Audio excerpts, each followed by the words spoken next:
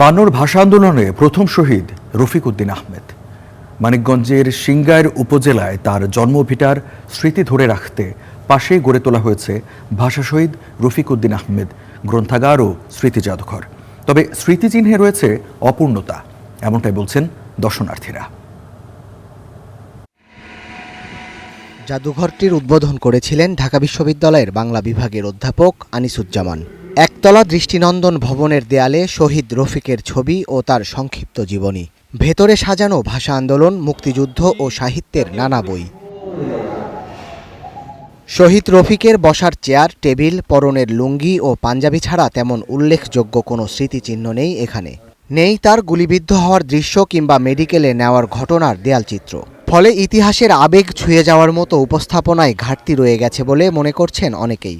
শহীদ রফিকের যে গুলিবদ্ধ ছবিগুলা পেন্টিং আকারে বা ছবি আকারে এখান দিয়ে থাকতো, তাহলে দেখতে সুন্দর লাগতো, আমরা অনেক কিছু জানতে পারতাম, বুঝতে পারতাম। এর তো ছবি বা অনেক কিছুই আছে, আরো যারা শহীদ হয়েছে এদেরও আছে, এদেরও যদি এই জায়গায় অঙ্কন করে রাখা হয় বা ওগুলি সংরক্ষণ করে যদি এই ওয়ালে করা হয়, তাহলে দর্শনার্থীরা সবাই দেখতে পারবে, করতে পারবে, জানতে পারবে।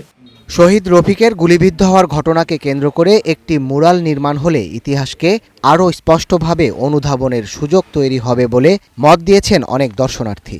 শহীদ মিনারের পাশাপাশি যদি একটা শহীদ রফিকের মুরাল করা হতো, তাহলে জিনিসটা আরো ভালো হতো, সুন্দর হতো। নাতি পুতি এরা সবাই পরে দেখা পারতো, এটা চিঠি থাকতো। আমরা বন্ধু বান্ধব আসছিলাম এই জায়গায়, অনেক কিছু দেখলাম, কিন্তু বাহিরে যদি একটা মুরাল থাকতো এটা দেখতে অনেক ভালো লাগতো। ভাষা শহীদ রফিকের স্মৃতি সংরক্ষণে উপজেলা প্রশাসনের সঙ্গে সমন্বয় করে আরও কিছু পরিকল্পনা বাস্তবায়ন করা হবে বলে জানিয়েছে জেলা প্রশাসন।